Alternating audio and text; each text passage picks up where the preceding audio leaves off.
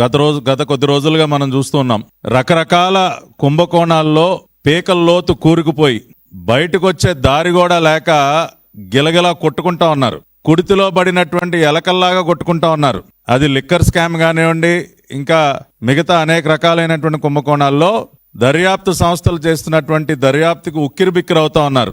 ఇటువంటి పరిస్థితుల్లో ఏదో ఒక రకంగా వాళ్ళు ఎప్పుడూ చేసేటటువంటి పనే అకారణంగా బురద జల్లటం, ఆధారాలు లేనటువంటి ఆరోపణలు చేయటం, చేతిలో అవినీతి బురద మీడియా ఉంది కాబట్టి, ఒక అవినీతి పత్రిక ఉంది కాబట్టి ఇష్టానుసారం తప్పుడు రాతలు రాసి ప్రజల దృష్టిని మరల్చడం కోసం వాళ్ళు చేసేటటువంటి ప్రయత్నాలు. ఇవాళ ఆ విధంగానే ఒక లిక్కర్ కుంభకోణం నుంచి కానివ్వండి, ఇతర అనేక రకాలైనటువంటి వాళ్ళ అవినీతి దందాలన్నీ కూడా బయటకు వస్తున్నటువంటి సందర్భంలో మళ్ళీ ఒక డైవర్షన్ టాక్టిక్, ప్రజల దృష్టిని మరల్చడానికి యాక్సిస్ రెన్యూబుల్ ఎనర్జీకి సంబంధించి ఏదైతే మరి ఆంధ్రప్రదేశ్ ఎలక్ట్రిసిటీ రెగ్యులేటరీ కమిషన్ వారి ఆదేశానుసారం మరి ప్రభుత్వం వారి దగ్గర నుంచి విద్యుత్ కొనుగోలుకు సంబంధించి ఒక ఒప్పందంకి సంబంధించి ముందడుగు వేస్తా ఉందో దాని మీద పెద్ద ఎత్తున విష ప్రచారం చేస్తూ ఉన్నారు. ఎన్డీఏ ప్రభుత్వం, కూటమి ప్రభుత్వం రాష్ట్రానికి తీరని నష్టం చేకూరుస్తా ఉంది.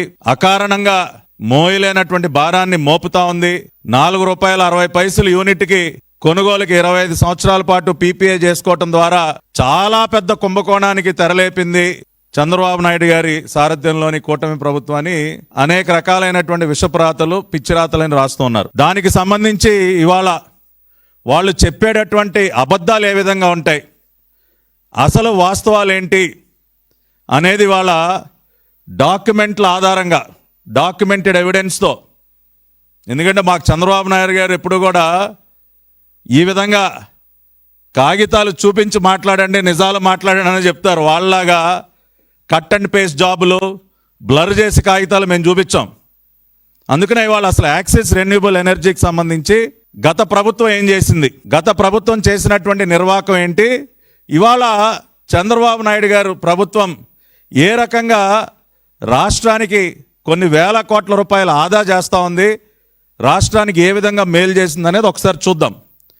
ముందుగా మనం మాట్లాడుకోవాల్సింది జీవో నంబర్ 35 గురించి.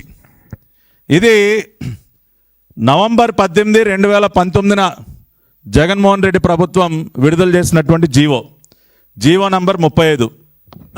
ఈ జీవో ఆ రోజున దేనికి విడుదల చేశారంటే, దానికి ముందు ఉన్నటువంటి పవర్ పర్చేజ్ అగ్రిమెంట్స్ అన్నీ కూడా అర్ధాంతరంగా రద్దు చేస్తూ విడుదల చేసినటువంటి జీవో. మీ అందరికీ గుర్తుండే ఉంటుంది. జగన్మోహన్ రెడ్డి అధికారంలోకి రాగానే ఇవాళ అప్పుడున్నటువంటి అనేక కంపెనీలు ఏవైతే రాష్ట్రంలో వ్యాపారాలు చేస్తూ ఉన్నాయో, ఒప్పందాలు చేసుకుని ఉన్నాయో, వాళ్ళ దగ్గర నుంచి డబ్బులు గుంజడానికి కానివ్వండి, రకరకాలుగా వాళ్ళ బెదిరింపులు గురి చేయడానికి కానీ అనేక నిర్ణయాలు తీసుకుంది. ఆ రకంగానే పీపీఏల రద్దుకి సంబంధించి వాళ్ళు విడుదల చేసినటువంటి జీవో. అంటే దీని ద్వారానే అసలు మొత్తం ఈ కథంతా ప్రారంభమైంది. యాక్సిస్ రెన్యూబుల్ ఎనర్జీకి సంబంధించి కానీ, మిగతా అనేక కంపెనీలు సోలార్, విండ్, రెన్యూబుల్ ఎనర్జీలో ఏదైతే పెట్టుబడులు పెట్టడానికి ముందుకు వచ్చి ఆ కంపెనీలకు సంబంధించి ఈ జీవో విడుదల చేసిన తర్వాత పెద్ద ఎత్తున దీనిపైన ఆ రోజున చర్చ జరగటమే కాకుండా అంతర్జాతీయ వేదికల మీద కూడా మన దేశాన్ని నిలదీయటం జరిగింది. వరల్డ్ ఎకనామిక్ ఫోరం దావోస్లో ఆనాటి మరి కామర్స్ మినిస్టర్ పీయూష్ గోయల్ గారిని అయితే చాలా గట్టిగా నిలదీశారు. మీ దేశంలో ఒక రాష్ట్రంలో ఈ విధంగా పీపీఎల్ని అకారణంగా రద్దు చేస్తూ ఉన్నారు, గత ప్రభుత్వాలు చేసుకున్నటువంటి లీగల్ అగ్రిమెంట్స్ని రద్దు చేస్తూ ఉన్నారు, ఈ విధంగా అయితే మేము పెట్టుబడులు ఎలా పెట్టాలి, మాకు ఏ నమ్మకం ఉంటుందని చెప్పి దావోస్లో కూడా ఈ జీవో విడుదల చేసిన తర్వాత నిలదీశారు.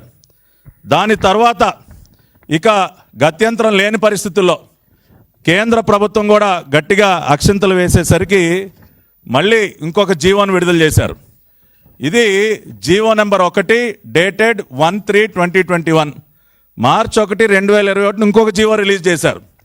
ఈ జీవో దేనికయ్యా అంటే, వాళ్ళు రిలీజ్ చేసినటువంటి జీవో నెంబర్ 35ని వాళ్ళు ఉపసంహరించుకుంటూ government hereby clarify that the amendments made in GO number 35 above will be prospective effect only. అంటే ఇక ముందు చేసుకునేటటువంటి ఒప్పందాలకు మాత్రం అది ఉంటుంది. గతంలో చేసుకున్నటువంటి ఒప్పందాల మీద ఎటువంటి ప్రభావం చూపదు. దాన్ని ఆ రకంగా మేము సవరించుకుంటున్నాం అని చెప్పి మళ్ళీ ఇంకొక జీవోని విడుదల చేయడం జరిగింది.